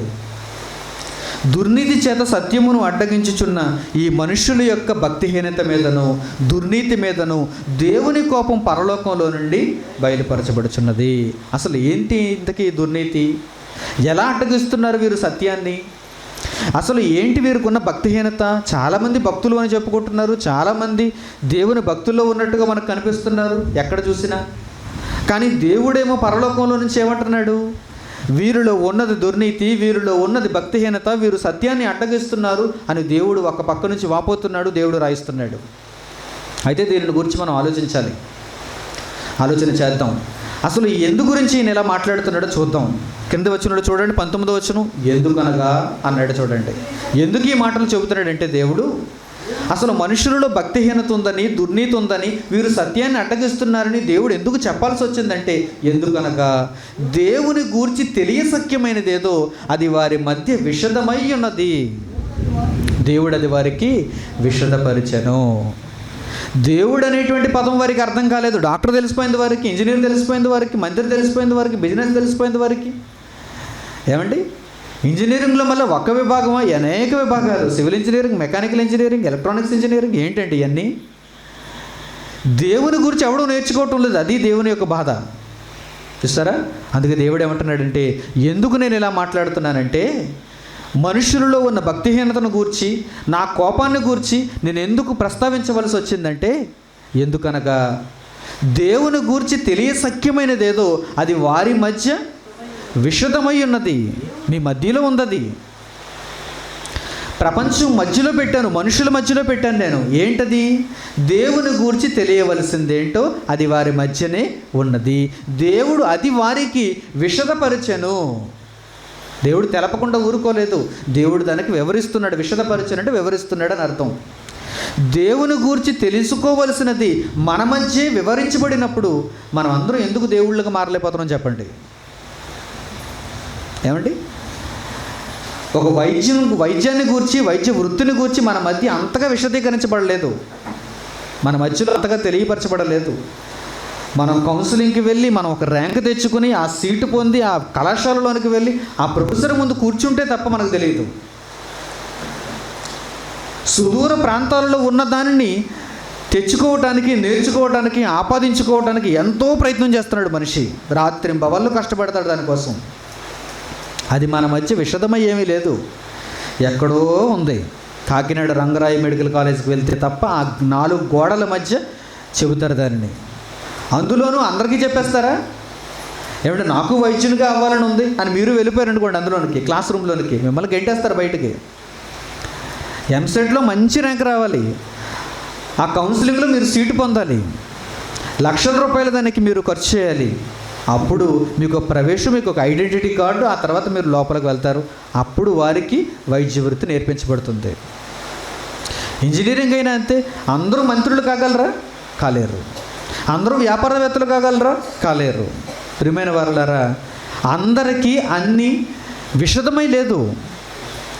మీ మధ్యలో అంత సులువుగా లేదు. కానీ మనిషి దానిని పొందడానికే చూస్తున్నాడు, దానిని పొందడానికే పరుగులు తీస్తున్నాడు. కానీ దేవుని గూర్చిన విషయం అయితే మన మధ్య వివరించబడింది. దేవుడే స్వయంగా దానిని వివరించేశాడు. చూడండి, దేవుడే దానిని స్వయంగా వివరించాడు. చూడండి మరలా మాట 19వ వచనం జాగ్రత్తగా చూడండి. ఎందుకనగా దేవుని గూర్చి తెలియశక్యమైనదేదో అది వారి మధ్య విషదమై ఉన్నది. దేవుడు అది వారికి విషదపరిచాను. తర్వాత వచనం ఎలా విషదపరిచాడో చెబుతున్నాడు చూడండి. దేవుడు ప్రపంచానికి దేవుని గూర్చినటువంటి విషయాన్ని ఎలా వివరిస్తున్నాడో చూడండి. దేవుడు మనుషులకు దానిని ఎలా విషదపరిచాడో, వారి మధ్య ఎలా వివరించబడి ఉందో చెబుతున్నాడు చూడండి. 20వ వచనం. ఆయన అదృశ్య లక్షణములు అనగా ఏంటి? ఆయనకున్న కనిపించిన లక్షణాలు, నిత్యశక్తియు దేవత్వము, జగదుత్పత్తి మొదలుకొని సృష్టింపబడిన వస్తువులను ఆలోచించుట వలన తేటపడుచున్నవి. చాలా ఈజీ అంటున్నాడు. మీరు ఎంసెట్ రాయక్కర్లేదు, మీరు ఎన్నికల్లో పొడి చేయక్కర్లేదు. మంత్రి అవ్వాలంటే ఎన్నికల్లో పొడి చేయాలి, చాలా డబ్బు ఖర్చు పెట్టాలి. అయినా సరే మీరు మంత్రి అవ్వరు. చాలా దందాగిరి చేయాలి, దానికి వేరే పద్ధతి ఉంటుంది. మీరు మంత్రి కాలేరు. అయినా సరే మనిషి దాని వెనక ఎందుకండి పరుగులు తీస్తున్నాడు? ఒక వైద్యుడు కావడం చాలా కష్టమైనప్పుడు దాని వెనక ఎందుకంటే పరుగులు తీస్తున్నాడు? ఒక నటుడు కావడం చాలా కష్టమైనప్పుడు దాని వెనక ఎందుకంటే పరుగులు తీస్తున్నాడు? నటుడు అవ్వలేక ఊరేసుకున్నాడు ఉదయకరణ్, అంతేనా? దేవుడు అవ్వలేక ఊరేసుకోలేదు, నటుడు అవ్వలేక ఊరేసుకున్నాడు. వైద్య వృత్తిలో వైద్యులు కాలేక ఊరేసుకున్న వాళ్ళు ఉన్నారు. కళాశాలకు వెళ్ళి మొదటి సంవత్సరం చదివి నేను 4 సంవత్సరాలు పూర్తి చేయలేనేమో అని హాస్టల్ గదిలోని ఫ్యాన్కు ఊరేసుకున్న వాళ్ళు ఉన్నారు. వ్యాపారం చేసి అప్పులు తీర్చలేక నష్టపోయినటువంటి వారు కుటుంబాలకు ఉరివేసుకున్న వారు ఉన్నారు, చనిపోయిన వారు ఉన్నారు. బాగా అర్థం చేసుకోవాలి మీరు. సాధించడం కష్టమని తెలుస్తున్న దాని వెనక మనిషి పరుగులు తీస్తున్నాడు తప్ప చాలా సులభంగా దేవుడు దైవత్వాన్ని సాధించటం మన మధ్య వివరించినప్పుడు దానిని గూర్చి మనిషి అసలు ఆలోచించటం లేదు. దాని వెనక పరుగులు తీయడం తర్వాత విషయం, ఆలోచించటం లేదు మనిషి. ప్రియమైన వారలారా, అందుకే ఈ అంశం మీ ముందుకు తీసుకొచ్చాను. నరుడు దేవుడు కాగలడా? అసలు నరుడు దేవుడు కావాలి అంటే ముందు ఆలోచించాలి కదండి. ముందు అసలు దేవునిగా నేను మారాలనేటువంటి ఆలోచన మనిషికి రావాలి కదండి. అందుకే దేవుడు దీన్ని ఏమంటున్నాడు తెలుసా? ఇదే దుర్నీతి అంటున్నాడు, ఇదే భక్తిహీనత అంటున్నాడు. భక్తిహీనత అంటే ఏదో అనుకోకండి. దేవునిగా మారే మనసు మనలో లేకపోతే, దేవుని గురించి మనం అర్థం చేసుకోలేకపోతే అదే భక్తిహీనత. దేవుడు మనకు అర్థం కాకపోతే అదే భక్తిహీనత. దానికి మించిన భక్తిహీనత ఇంకేమీ లేదు. చూసారా? అందుకే దేవుడు ఏమన్నాడో తెలుసా? ఆయన అదృశ్య లక్షణములు అనగా ఆయన నిత్యశక్తియు, ఆయన దేవత్వము, జగదుత్పత్తి మొదలుకొని సృష్టింపబడిన వస్తువులను ఆలోచించటం వలన తేటపడుచున్నది. అంటే దేవుని గురించిన ఈ సబ్జెక్టు ఎప్పుడు పెట్టాడన్నమాట? దేవుడు జగదుత్పత్తి మొదలుకొని సృష్టింపబడిన వస్తువులు అన్నాడంటే దేవుడు ఆదాము పుట్టినప్పుడు ఈ సబ్జెక్ట్ ఎక్కడ పెట్టాడన్నమాట? మనిషి మధ్య పెట్టాడు. నిన్న మొన్న వచ్చింది కాదు. నిన్న మొన్న దేవుడు తనను గూర్చినటువంటి విషయాలను విశదీకరించడం లేదు. ఎప్పుడు పెట్టేశాడు దీనిని? ఆదాము పుట్టినప్పుడు. ఆదాము దేవుని రూపంతో భూమి మీదకి వచ్చాడు చూసారా? హవ్వ దేవుని రూపంతో భూమి మీద అడుగు పెట్టింది చూసారా? అప్పుడే ఈ ప్రకృతి అంతా దేనితో నిండిపోయిందన్నమాట? సృష్టింపబడిన వస్తువులన్నీ దేనితో నిండిపోయి ఉన్నాయన్నమాట? దేవుని లక్షణాలతో నిండిపోయి ఉన్నాయి. దేవుని లక్షణాలతో నిండిపోయి ఉన్నాయి. దేవుని స్వభావంతో నిండిపోయింది. దేవుని స్వరూపంతో నిండిపోయింది. దేవుని రూపంతో నిండిపోయింది. చూసారా? ఇప్పుడు జగదుత్పత్తి మొదలుకొని సృష్టింపబడిన వస్తువులను మీరు ఆలోచించండి అన్నాడు. ఎందుకు ఆలోచించమన్నాడు? ఎంతకీ ఆలోచిస్తే మీకు ఆ దైవత్వం ఏంటో తెలుస్తుంది. మీరు ఈ విషయాలను, మీ చుట్టూ ఉన్నటువంటి వస్తువులను జాగ్రత్తగా పరిశీలిస్తే కనుక ఏం జరుగుతుందో తెలుసా? మీ హృదయం దేవునిలా మారిపోతుంది. దేవుడైపోతారు మీరు. చక్కగా ఆలోచించడం చేత కావాలి. మీ చుట్టూ ఉన్న ప్రకృతిని చక్కగా ఆలోచించడం చేత కావాలి. దేవుడు అదే చెప్పాడు. నాలా మారిపోవాలంటే, నా రూపాన్ని మీరు స్వతంత్రించుకోవాలంటే, మీ హృదయం నా వలె మీరు పరివర్తన చెందాలంటే, నా స్వరూపంలోనికి మీరు వచ్చేయాలంటే, ఆది కాలంలో ఉన్న ఆదాము హవ్వల రూపంలోనికి మీరు మారిపోవాలంటే ఏం చేయాలో తెలుసా? చాలా సింపుల్ అంటున్నాడు ఆయన. మీ చుట్టూ ఉన్న ప్రకృతిని ఒక్కసారి మీరు పరిశీలించండి. చూడటం కాదు, లేకపోతే దాన్ని అనుభవించటము కాదు. ఈ రెండూ చేస్తున్నాయి ఈ ప్రపంచంలో ఉన్న మనుషులు. ఈ రెండే చేస్తారు. ప్రకృతిని చూస్తారు. కేరళ ఎందుకు వెళ్ళిపోతారండి? తినడానికి కాదు, తీసుకొచ్చేయడానికి కాదు, చూడడానికి వెళ్తారు. అంతేనా? అంతే. ఊటీ ఎందుకు వెళ్తారు? కొడైకెనాల్ ఎందుకు వెళ్తారు? తాజ్మహల్ ఎందుకు వెళ్తారు? తెచ్చుకోవడానికా? తాజ్మహల్ ఒక సంచిలో వేసి తెచ్చేసుకోవడానికా? కాదు. లేకపోతే దాన్ని అక్కడ కొంచెం మొక్క తినేయడానికా? అంతే. అది కాదు. వెళ్ళి కళ్ళారా చూసేసి ఒక ఫోటో తీసుకుని వచ్చేయడానికి. ఫోటో అయితే నెట్లో కూడా దొరికేస్తుంది. మరి దానికంటే బ్రహ్మాండంగా దొరికేస్తుంది. హెచ్డి. మీరు కూడా సరిగ్గా తీయలేరు. ఫోటోగ్రాఫర్ చక్కని కెమెరాతో తీసిన ఫోటోలు, తాజ్మహల్ మీద తీసినటువంటి ఫోటోలు మీకు దొరికేస్తాయి. ఎక్కడికి వెళ్ళక్కర్లేదు మీరు. ఫోటోకి అంత దూరం వెళ్ళాలంటే. చూడటానికి వెళ్తున్నాడు ఈరోజు మనిషి. చూడటానికి వేల లక్షల రూపాయలు ఖర్చు చేస్తాడు మనిషి చూడటానికి. ఈ మధ్య ఎక్కడికి వెళ్ళారండి అన్నాం అనుకోండి. ఒక ధనవంతుడిని మొన్నే ప్యారిస్ వెళ్ళానండి ఈఫిల్ టవర్ చూడడానికి. మొన్నేనండి ఈజిప్ట్ వెళ్ళాను పిరమిడ్లు చూడడానికి. చూడడానికా? నేను చూసి ఏం సాధించావు? ఏం తెచ్చుకున్నావు? కూడా ఒక ఆల్బమ్ తెచ్చుకుని ఉంటాడు అంతే. ఒక మెమరీ కార్డులో కొన్ని ఫోటోలు తెచ్చుకుని ఉంటాడు అంతే. అందరికీ చెప్పుకోవడానికి ఎంత ఖర్చు చేశాడు? లక్షల రూపాయలు. ఈ మధ్య నేనండి యుఎస్ వెళ్ళాను అలా చూడడానికి. ఈ మధ్యనండి జపాన్ వెళ్ళాను అలా చూడటానికి. చూసారా, చూడటం చేతనవును మనిషికి, కానీ చూడటం వల్ల ఏమీ రాదు. అనుభవించడం కూడా చేతనవును మనిషికి. అంటే చూచిన దానిని నేను ఎలా వినియోగించుకోవాలి, దీన్ని నా కొరకు ఎలా మలుచుకోవాలి. ఒక భూమిని చూశాడు అనుకోండి, పంట వేసుకోవాలనుకుంటాడు. ఒక చెట్టును చూశాడు అనుకోండి, దాని నుంచి ఫలాలు ఎలా తెచ్చుకోవాలనుకుంటాడు. ఒక జంతువుని చూశాడు అనుకోండి, దాని నుంచి మాంసాన్ని ఎలా తెచ్చుకోవాలనుకుంటాడు. లేకపోతే దాన్ని ఉపయోగించుకుని నేను ప్రయాణం ఎలా చేయాలనుకుంటాడు. ప్రియమైన వారలారా, జాగ్రత్తగా ఆలోచించండి. అందుకే దేవుడు ఏమన్నాడో తెలుసా? ప్రకృతిని చూడమనలేదు, ప్రకృతిని అనుభవించమని చెప్పలేదు. ఏం చెప్పాడు ముందైనా? దీనిని ఆలోచించండి అన్నాడు. అంటే ఆలోచిస్తే ఏం జరుగుతుందన్నమాట? దేవుని రూపం మనకు అర్థమవుతుంది. దేవుని రూపం మనకు అర్థమవుతుంది. అదే కదండి ఆయన వేదన, అదే కదండి ఆయన రాయించిన మాటల్లో బాధ. మనుషుల యొక్క దుర్నీతి, మనుషుల యొక్క భక్తిహీనత ఏంటంటే నన్ను గురించి తెలుసుకోకపోవటం, వారు నాలా మారకపోవటం. అందుకే వారు పాతాళానికి వెళ్ళిపోతున్నారు. వారు మరి నన్ను గురించి తెలుసుకోవాలని అంటే ఏం చేయాలి? వారి హృదయం పరివర్తన చెందాలంటే ఏం చేయాలి? చెప్పాడు చూడండి ఆయన చెప్పాడు చూడండి. ఆయన అదృశ్య లక్షణములు అనగా ఆయన నిత్యశక్తియు దేవత్వమును జగదుత్పత్తి మొదలుకొని సృష్టింపబడిన వస్తువులను ఆలోచించుట వలన తేటపడుచున్నది గనుక వారు నిరర్థురుడై ఉన్నారు. వారు ఏమి సమాధానం చెప్పలేని పరిస్థితుల్లో ఉన్నారంటున్నాడు. చూచేవారు, అనుభవించేవారు, ఆలోచించకుండా దేవుని యొక్క లక్షణాలను ప్రకృతిలో నేర్చుకోకుండా ఉన్నవారందరూ ఏం చేస్తున్నారట? నిరర్థురులుగానే ఉన్నారు. అంటే వారి దగ్గర సమాధానం లేదు అని అర్థం. ప్రియమైన వారులారా, ప్రకృతిలో దేవుడు ఏం పెట్టాడన్నమాట? ఆయన లక్షణాన్ని ఉంచాడు, ఆయన స్వభావాన్ని ఉంచాడు, ఆయన రూపాన్ని ఉంచాడు. ఈ ప్రకృతి మొట్టమొదటి మనకు నేర్పించేది అదే, ఆయన రూపాన్ని. ఎందుకంటే మొదటి రోజున సృష్టింపబడిన ఆదాం మన దగ్గర లేడు. ఆయన చూసి దేవుని రూపం సంతరించుకోవడానికి.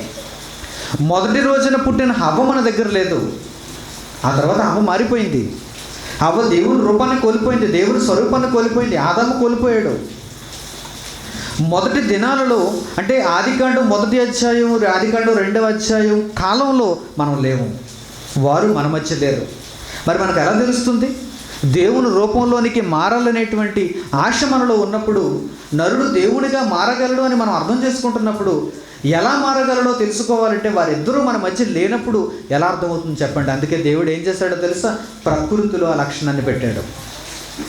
ప్రకృతిలో దేవుని యొక్క లక్షణాన్ని పెట్టాడు, దేవుని స్వరూపాన్ని పెట్టాడు, దేవుని యొక్క రూపాన్ని ప్రకృతిలో ఉంచాడు.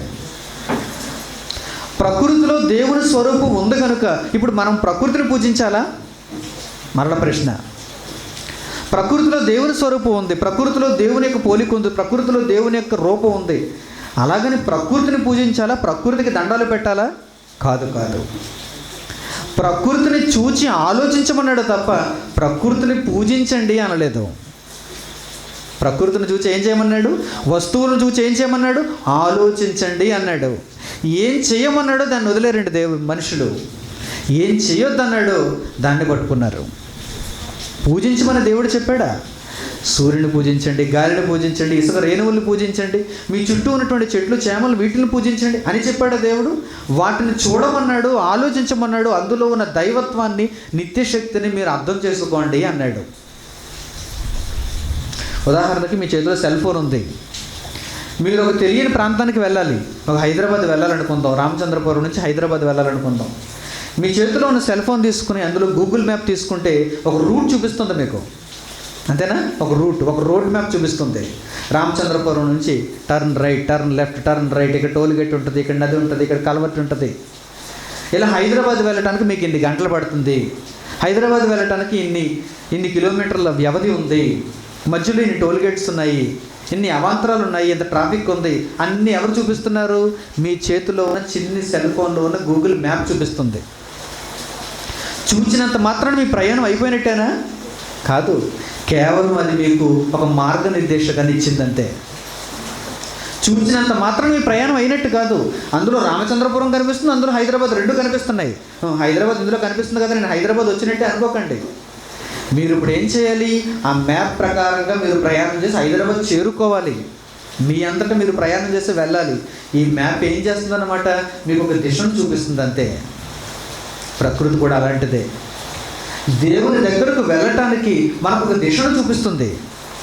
నాలో ఉన్న దైవత్వం, నాలో ఉన్నటువంటి ఈ రూపం, ఈ నిత్యశక్తి మీలో కూడా ఉండాలి.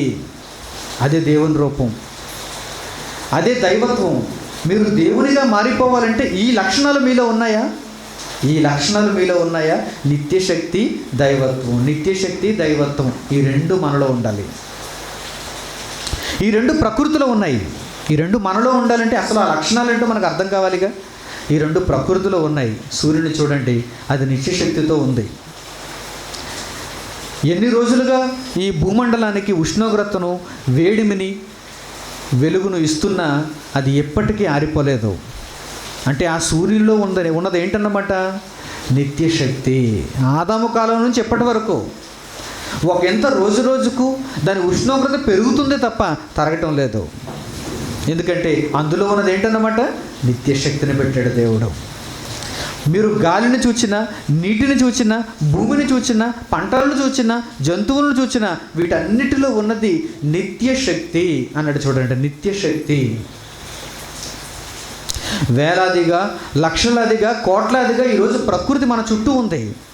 సంఖ్యలో, కోట్ల సంఖ్యలో ఉంటుంది. మనిషి అంతా చెప్పండి చిన్నవాడు, కానీ ప్రకృతిని చూస్తే అది నిత్యశక్తి, అది నిత్యశక్తి. మరలా ప్రకృతిలో ఏముందంటున్నాడు? దేవత్వం ఉందంటున్నాడు, దేవత్వం ఉందంటున్నాడు. ఒక లోబిగా ఉండటం లేదు ప్రకృతి, ఒక పిసినారిగా ఉండటం లేదు ప్రకృతి, దేవత్వం ఉందంటున్నాడు. అందుకే ఈరోజు చూడండి, ఏ మనిషిని చూసినా నాకు ప్రకృతే కావాలంటున్నాడు. శరీరానికి సంబంధించి శరీర రీతిగా ఆలోచించిన ప్రతి మనిషి ఈరోజు ఏమంటున్నాడంటే ప్రకృతి పరమైనది నాకు కావాలంటున్నాడు. మారిపోయాడు ఈరోజు మనిషి.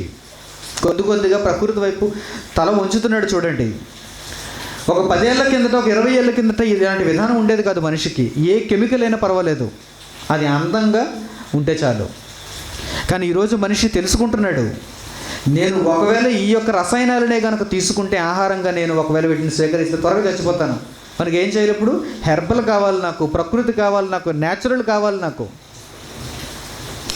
వాడే పేస్ట్లో న్యాచురల్ ఉందో లేదో చూసుకుంటున్నాడు, వాడే సబ్బులో న్యాచురాలిటీ ఉందో లేదో చూసుకుంటున్నాడు. అందుకే పతంజలి వచ్చింది ఇప్పుడు, రామ్దేవ్ బాబా.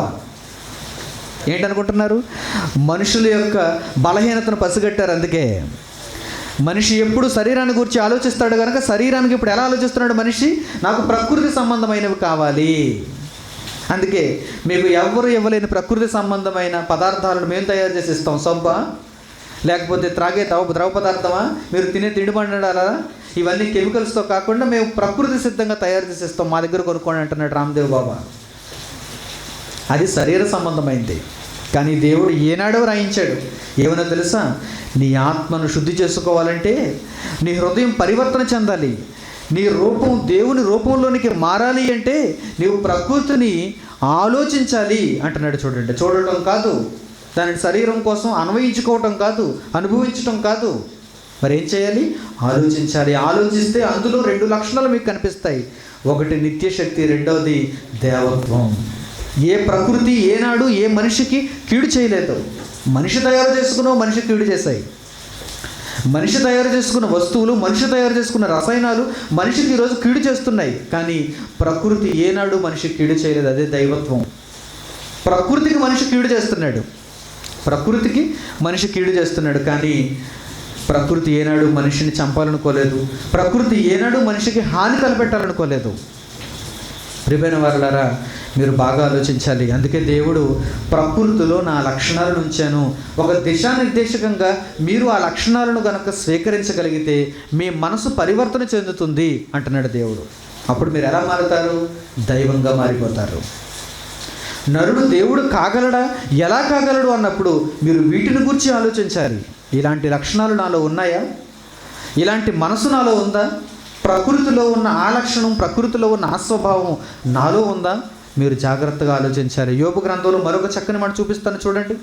యోబు గ్రంథం 12వ అధ్యాయము 7వ వచనం నుంచి, ఆయనను మృగములను విచారించుము, ఆలోచించుమన్నా విచారించుమని, అదే ఎక్కడైనా సరే ఆయన భావం ఒక్కటే, ఆయన మాట ఒక్కటే. చూడండి, యోబు గ్రంథంలో రాయించిన, రోమపత్రికలో రాయించిన, 1000 సంవత్సరాల కాలం మధ్యలో వ్యవధి వచ్చినా దేవుని మాట మారలేదు. చూడండి, ఏమంటున్నాడు ఆయన? ఆయనను మృగములను విచారించుము. మృగములను విచారించుము. డిస్కవరీ చేయటం లేదా పని, నేషనల్ జియోగ్రఫిక్ చేయటం లేదా పని, యానిమల్ ప్లానెట్ చేయటం లేదా పని. కెమెరాలు అయితే బోల్డ్ ఉన్నాయి వారి దగ్గర. మృగాల దగ్గరికి వెళ్ళిపోతున్నారు వీరందరూ. విచారిస్తున్నారా? అందులో ఉన్న దైవత్వం ఏంటి, అందులో ఉన్న నిత్యశక్తి ఏంటి, అది కాదండి వీరికి కావాల్సింది. అది ఎలా పరిగెడుతుంది, అది ఎలా వేటాడుతుంది, దాన్ని మీరు చూసి ఆనందించారా లేదా, మా ఛానల్ చూస్తున్నారా లేదా? చూసారా? వీరెవ్వరికి అంత బుద్ధి లేదండి, వీరెవ్వరికి అంత జ్ఞానం లేదండి. ఒక్క మాటలో దేవుడు వీరిని తుడిచిపెట్టాడు చూడండి. మృగములను విచారించాలి. నువ్వు చెప్పావా ఏనాడైనా? ఒక సింహాన్ని చూపించినప్పుడు దేవుని లక్షణం ఇందులో ఉంది, దిస్ ఈజ్ గాడ్స్ క్వాలిటీ అని ఎప్పుడైనా చెప్పాడా? ఇది దేవుని లక్షణం అని ఎప్పుడైనా చెప్పాడా? ఒక ఏనుగులో, ఒక పులిలో, ఇవన్నీ దేవుని లక్షణాన్ని సంతరించుకున్న ప్రకృతిలో ఉన్న జీవరాశులు. ఒక సూర్యుని చూపిస్తున్నాడు, ఒక గ్రహాన్ని చూపిస్తున్నాడు, ఒక నక్షత్రం గురించి చెబుతున్నాడు. కానీ ఏనాడు దేవునికి అనుసంధానం చేయలేకపోయాడు చూడండి. అందుకే మనిషి పాపాత్ముడుగానే మిగిలిపోయాడు. అందుకే మనిషి భక్తిహీనుడుగానే ఉండిపోయాడు, దేవునిగా మారలేకపోతున్నాడు. మృగములను విచారించుము, అప్పుడు ఏం చేస్తాయి? అవి నీకు బోధించును. నువ్వు జాగ్రత్తగా వాటిని విచారిస్తే, నీవు జాగ్రత్తగా వాటిని గురించి ఆలోచిస్తే అవి నీకు ఏం చేస్తాయి తెలుసా? పాఠాన్ని నేర్పిస్తాయి. ఎందుకంటే దేవుడు అది వారికి విషదపరచెను, దేవుడు మన మధ్య విశదీకరించెను అన్న మాటలో ఉన్న భావం అదే. మృగాలకు చెప్పేశాడన్నమాట దేవుడు. ఏమని? నీవు ప్రజలకు చెప్పాల్సిందేంటో తెలుసా? ఈ మనుష్య జాతికి చూపించవలసిందేంటో తెలుసా? నిత్యశక్తి, దైవత్వం అనే నా లక్షణాలను నువ్వు చూపించాలి. నీ బ్రతుకులో వాటిని చూపించాలి. నీ దగ్గరికి మనిషి వస్తాడు, కెమెరా పట్టుకుని వస్తాడు నీ దగ్గరికి. అప్పుడు నువ్వేం చెప్పాలి? ఇదే నేర్పించాలి. కానీ వాటికి భాష లేదు కనుక ఇలా చెప్పలేకపోతున్నాయి, కానీ వాటి హావభావాలలో మాత్రం ఇదే చెబుతున్నాయి. అప్పుడప్పుడు చూడండి, కెమెరా పట్టుకుని దాని దగ్గరికి వెళ్ళిపోతాడు.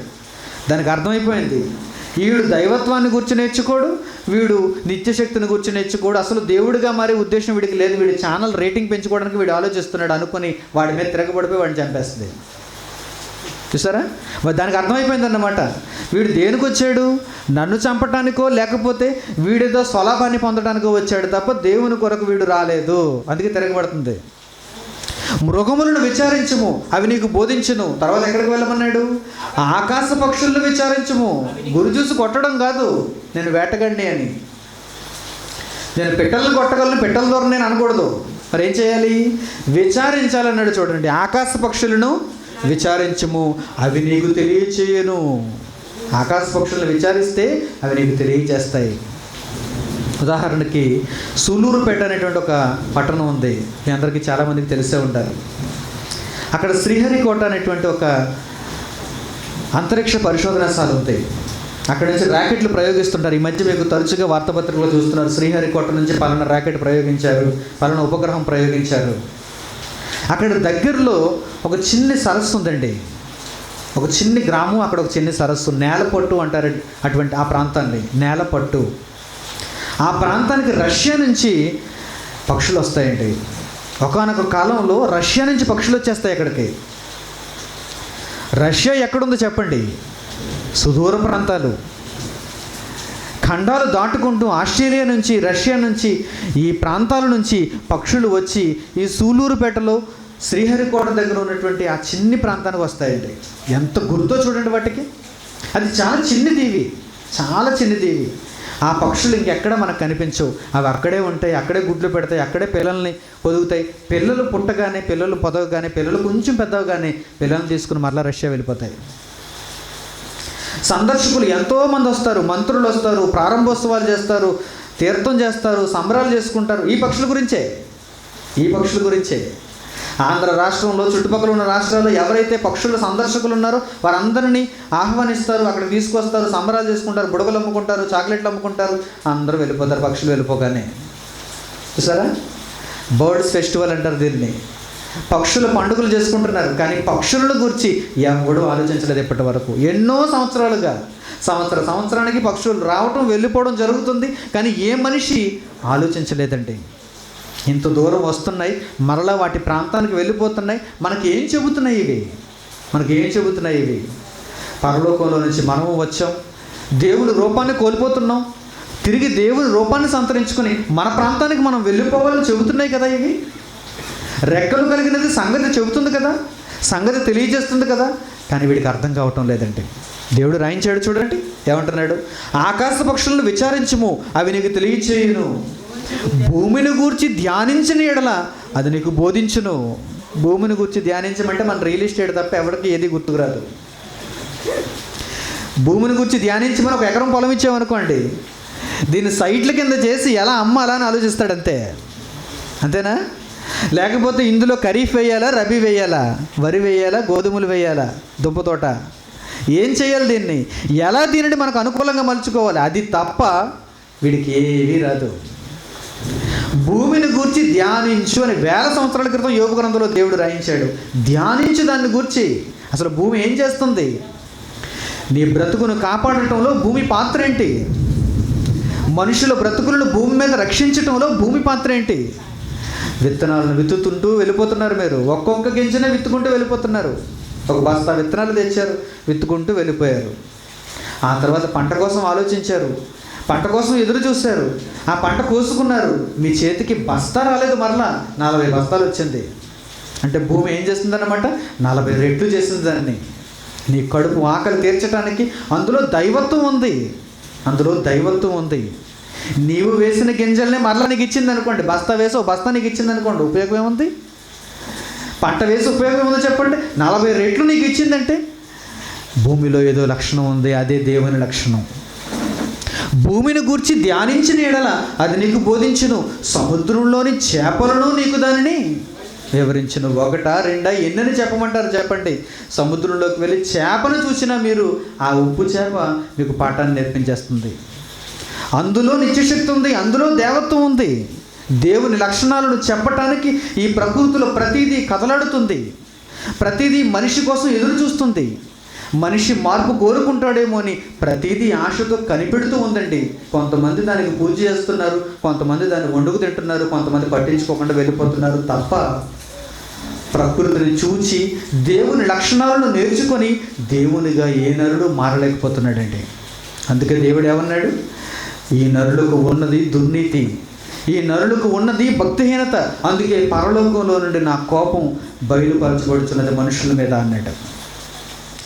మనుషుల మీద నా కోపం బయలుపరచబడుతున్నది అన్నాడు. అందుకే వీటన్నిటిని మీరు విచారించి తెలుసుకోవాలి, వీటన్నిటిని మీరు ఆలోచించి తెలుసుకోవాలి.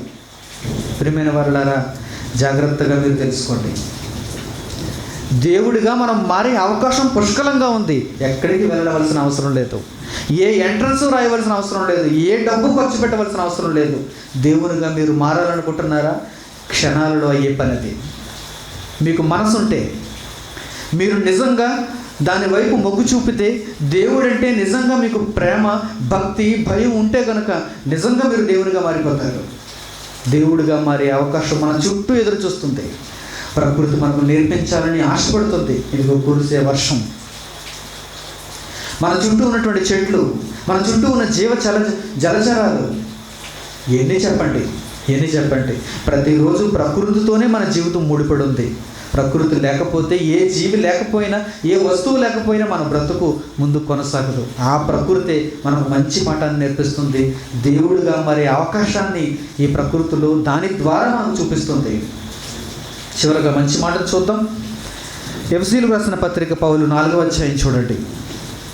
అపొస్తలుడైన పౌలు ఎఫెసీయులకు రాసిన పత్రిక 4వ అధ్యాయం 22వ వచనం నుంచి ఎఫెసీయులకు రాసిన పత్రిక 4వ అధ్యాయము 22వ వచనం నుంచి, కావున మునుపటి ప్రవర్తన విషయములోనైతే మోసకరమైన దురాశల వలన చెడిపోవు మీ ప్రాచీన స్వభావం వదులుకోవాలి అంటున్నాడు. చూడండి, అదే దేవుని రూపం. మీరు ప్రాచీన స్వభావాన్ని వదులుకొని నవీన స్వభావాన్ని ధరించుకుంటే అదే దేవుని రూపం. అంటే ఇప్పటి వరకు మీలో దేవుని రూపం లేదన్నమాట. ప్రాచీన స్వభావంలో ఉన్నవారికి దేవుని రూపం ఉండదు. అందుకే ఏమంటున్నాడు ఇక్కడ? మునుపటి ప్రవర్తన విషయంలోనైతే మోసకరమైన దురాశల వలన చెడిపోవు మీ ప్రాచీన స్వభావాన్ని మీరు వదులుకోవాలి. దేవుడా, నీ రూపంలోనికి నేను వచ్చేయాలి. నరుడు దేవునిగా మారే అవకాశాన్ని నీవు కల్పించినందుకు నీ రూపంలోనికి నేను రావాలి, నేనే దానికి ప్రారంభోత్సవం చేయాలి అని మీరు అనుకుంటే మొదట మీరు ఏం చేయాలో తెలుసా? ప్రాచీన స్వభావాన్ని ఏం చేయాలి? వదిలేయాలి. అంటే ఎప్పటి వరకు మీలో ఉన్న ఆ రూపం ఇక్కడ మీరు విడిచిపెట్టాలన్నమాట. ప్రాచీన స్వభావాన్ని వదులుకొని ఏం చేయాలి చూడండి. ఇప్పుడు మీ చిత్త వృత్తి యందు నూతనపరచబడిన వారై, ఏంటండి ఆ రూపం? ఆ రూపాన్ని మనం ఎలా స్వతంత్రించుకోవాలండి? మీ చిత్త వృత్తి, మీరు ప్రతిరోజు చేస్తున్నటువంటి మీ కార్యక్రమాలు అవి మారిపోవాలి. మీ ఆలోచన విధానం మారిపోవాలి. మీ చిత్తవృత్తి యందు నూతనపరచబడాలి. అంటే మీలో దేవుని రూపం రాగానే మీ చుట్టూ ఉన్నవారు మీ చిత్తవృత్తిని చూచి ఖచ్చితంగా చెప్పాలి, నీ అలవాట్లు మారిపోయాయి, నీ ప్రవర్తన మారిపోయింది, నీ మాట తీరు మారిపోయింది, నీవు నిజంగా దేవునిలా కనిపిస్తున్నావు, నీవు నిజంగా దేవునిలా మారిపోయావు అని ఆ మాటలు మనలను గూర్చి చెప్పగలగాలంటే ప్రాచీన స్వభావాన్ని విడిచిపెట్టమంటున్నాడు. చిత్తవృత్తి యందు నూతనపరచబడమంటున్నాడు. 24వ వచనం చూడండి. నీతియు యథార్థమైన భక్తియు కలవారై దేవుని పోలికగా సృష్టింపబడిన నవీన స్వభావమును ధరించుకొనవలెను అంటున్నాడు. దేవుని పోలిక ఏనాడు పోయింది చూడండి. దేవుని పోలిక ఆదాము అవ్వలకు 3వ అధ్యాయంలో పోయింది. దేవుని పోలిక 1వ అధ్యాయంలో దేవుని పోలికని ఇచ్చాడు. 1వ అధ్యాయంలో దేవుని స్వభావాన్ని ఇచ్చాడు, దేవుని స్వరూపాన్ని ఇచ్చాడు. పోయింది, 3వ అధ్యాయంలో పోయింది. అపవాది వచ్చింది, వారి స్వరూపం పోయింది, దేవుని పోలిక పోయింది, దేవుని రూపం పోయింది. అందుకే దేవుడు ఒక వెసులుబడి కల్పించాడు. చూడండి, మీరందరూ ప్రాచీన స్వభావంతో ఉన్నారని నాకు తెలుసు, అయితే మీరు దానిని వదులుకోవాలి. మీకు తెలుసు, ఎందుకంటే మీ హృదయానికి సంబంధించిన విషయాలు మీకంటే ఎవరికి ఎక్కువగా తెలియదు. నాకు తెలియదు. నా హృదయానికి సంబంధించిన విషయాలు నాకు తెలుసు. మీ హృదయానికి సంబంధించిన విషయాలు మీకే తెలియాలి, ఇంకెవ్వరికి తెలియదు. రహస్య విషయాలు, మీ జీవితాన్ని గూర్చిన పూర్తి చిత్రం అది మీ దగ్గరే ఉంటుంది తప్ప ఇంకెవరి దగ్గర లేదు. భర్త అయితే భర్త దగ్గరే ఉంటుంది, భార్యకి కూడా తెలియదు. కొంచెం తెలుసేమో, కానీ భార్యకి పూర్తిగా తెలియదు. తల్లిదండ్రులు అయితే తల్లిదండ్రుల గురించి పిల్లలకు పూర్తిగా తెలియదు, పిల్లలకు తల్లిదండ్రుల గురించి పూర్తిగా తెలియదు. ఎవరిని గూర్చి వారికే పూర్తిగా అర్థమవుతుంది, ఎవరికి వారే మాస్టర్. ఇప్పుడు మీరు దేవుని పోలికగా మారాలి అంటే ఎవరి తరం కాదండి, అది మీ తరమే. నేను కేవలం ఒక దిశను చూపించగలనంతే, నేను కేవలం ఒక మార్గాన్ని మీ ముందు ఉంచగలనంతే. అది మీ చేతుల్లోనే ఉంది. మీరు మారాలి, ప్రాచీన స్వభావాన్ని విడిచిపెట్టాలి, నవీన స్వభావాన్ని ధరించుకోవాలి. అప్పుడు మీరు ఎలాంటి వారు అంటున్నాడు? దేవుని పోలికగా మారిపోయారు అంటున్నాడు. చూడండి, దేవుని పోలికగా మారిపోయారు. ఎంత సింపుల్ చేశాడు చూడండి, ఎంత సునాయాసంగా మనలను దేవుని పోలికలను తీసుకుని రావటానికి ఆయన ప్రయత్నిస్తున్నాడు. చూడండి, ఇంకా అయిపోలేదు, రేపు ఎల్లుండి కూడా ఉంది. ఇంకా మంచి సంగతులు మనం తెలుసుకుందాం, పరిపూర్ణతలోకి అడుగు పెడతాం. ఎలా మారాలో, ఎలా మనిషి దానిని సంపాదించుకున్నాడో, ఎలా పోగొట్టుకున్నాడో, మళ్ళీ ఎలా దానిని సంపాదించుకోవాలో, మన చుట్టూ ఉన్న ప్రకృతి దాని గురించి ఎలాంటి పాఠాన్ని మనకు నేర్పిస్తుందో, వీటన్నిటిని గురించి ఈరోజు మనం ఆలోచించాం. ఇక రేపటి దినాన ఎల్లుండి మరిన్ని సంగతులతో దీనిని పూర్తిగా మనం అర్థం చేసుకోవడానికి ప్రయత్నం చేద్దాం. మనం దేవుడిగా మారిపోదాం. నరుడు దేవుడు కాగలడో లేడో మనం చెప్పడం కాదు, మనం దేవునిగా మారి అనేక మందికి ప్రకటిద్దాం. అనేక మందికి మనమే ఒక ఉదాహరణగా మారిపోదాం. మనల్ని చూడాలి ఈ లోకం, మనల్ని ఆలోచించాలి ఈ లోకం. అప్పుడు వారు కూడా నేను ఈ వ్యక్తిలా దేవునిలా మారిపోవాలి, దేవుని పోలికను తెచ్చుకోవాలి అనే స్వభావంలోనికి వచ్చేయాలి, అనే విధానంలోనికి మనం తీసుకుని రాగలగాలి. ప్రార్థన చేసుకుందాం. తలడు వంచి ప్రార్థనలు ఏకీభవించండి. పరలోకమందున మా తండ్రి, ఈ మొదటి రోజు మిమ్మల్ని గురించినటువంటి విషయాలు నేర్చుకోవటంలో మీరు అనుగ్రహించినటువంటి కృపను బట్టి మీకు వందనములు చెల్లిస్తున్నాం. నరుడు దేవుడు కాగలడా అనే ఈ అంశం మీద తండ్రి మీరు మాకు అనుగ్రహించినటువంటి జ్ఞానము కొరకు మీకు వందనములు నాయన. కేవలం విని వెళ్ళిపోయే వారంగా ఉండకుండా వాక్య ప్రకారం ప్రవర్తించుటకు తగిన మనస్సును మా అందరికీ అనుగ్రహించండి. మీరు పలికిన ప్రతి మాట మా బ్రతుకులను సరిదిద్దేది కనుక వాటన్నింటినీ తండ్రి నాయన మా జీవితంలో మర్చిపోకుండా చిత్తవృత్తి యందు తండ్రి నూతనపరచబడిన వారమై నవీన స్వభావాన్ని ధరించుకున్న మీ పోలికను కలిగి ఉండటకు ప్రయత్నించే వారం ఉంటూ మాకు సహాయం చేయండి. దూర ప్రాంతాల నుంచి తండ్రి, సుదూర ప్రాంతాల నుంచి వచ్చినటువంటి మీ పిల్లలందరినీ మీరు కాపాడి మరలా క్షేమంగా వారి ఇళ్లకు చేరే భాగ్యం తండ్రి వారికి ఇవ్వండి. మళ్ళా రేపటి దినం అలాగే ఎల్లుండి అనేకమైనటువంటి సంగతులతో కూడిన ఈ అంశాన్ని తండ్రి పరిపూర్ణంగా మేము నేర్చుకొని నరుడు దేవుడుగా మారగలడో లేదో తండ్రి మేము పూర్తిగా అర్థం చేసుకొని మేము మారి ప్రపంచానికి చూపించగలుగుటకు, మార్గదర్శకులుగా ఉండగలుగుటకు సహాయం చేయమని వేడుకుంటూ యేసుక్రీస్తు వారి ద్వారా ఈ ప్రార్థన వినపములు మీ సన్నిధికి చేరుస్తున్నాం తండ్రి. ఆమేన్. మన తండ్రి అయిన దేవుని ప్రేమ, ఆయన కుమారుడైన యేసుక్రీస్తు వారి కృప, పరిశుద్ధాత్మ దేవుని యొక్క అన్యోన్య సహవాసం మనందరికీ సదాకాలం తోడై నడిపించునుగాక. ఆమేన్. అందరికీ వందనాలు.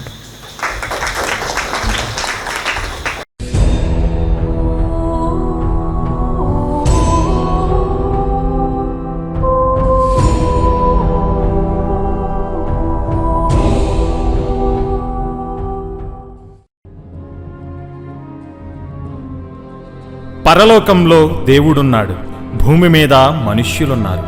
మొదటి కాలంలో ఆదాము హవ్వలు ఏదెను తోట నుండి వెళ్ళగొట్టబడ్డారు. చరిత్రలో ఇశ్రాయేలీలు కనాను దేశంలో అడుగు పెట్టలేకపోయారు. ఈరోజు క్రైస్తవులు పరలోకంలో ప్రవేశింపలేకపోతున్నారు. హక్కున చేర్చుకోవాలనుకున్న ప్రతిసారి మనిషి దేవునికి దూరమవుతున్నాడు, దుష్టునికి బలవుతున్నాడు. కానీ తరాలెన్ని మారినా దేవుని ప్రేమ మారలేదు, ఇటు మనిషి ప్రవర్తన మారలేదు. దీనికి ముగింపు పలకటానికి యేసుక్రీస్తు తిరిగి రాబోవుచున్నాడు. పతనమైన మనుష్యుల జీవితాలను దేవుని వాక్యంలో చూపిస్తూ, అగ్నిలో నుండి కొందరిని రక్షిస్తూ, అహర్నిశలు దేవుని పనిని జరిగిస్తూ, బైబిలును వక్రీకరించిన వారికి సింహస్వప్నమై దేవుని మనస్సును ప్రపంచానికి చాటుతున్న క్రీస్తు దేహమే క్రైస్ట్ చర్చ్ సామర్లకోట. నిజాన్ని నిర్భయంగా స్వీకరించండి, నిత్య జీవానికి వారసులవ్వండి. యేసుక్రీస్తునందు నమ్మకస్తుడు. మనిషి భయపడతాడు మరో మనిషికి, కానీ గడగడలాడించే ఏ మనిషినైనా, చెమటలు పట్టించేది ఎవరైనా ఉన్నారు అంటే అది మరణం.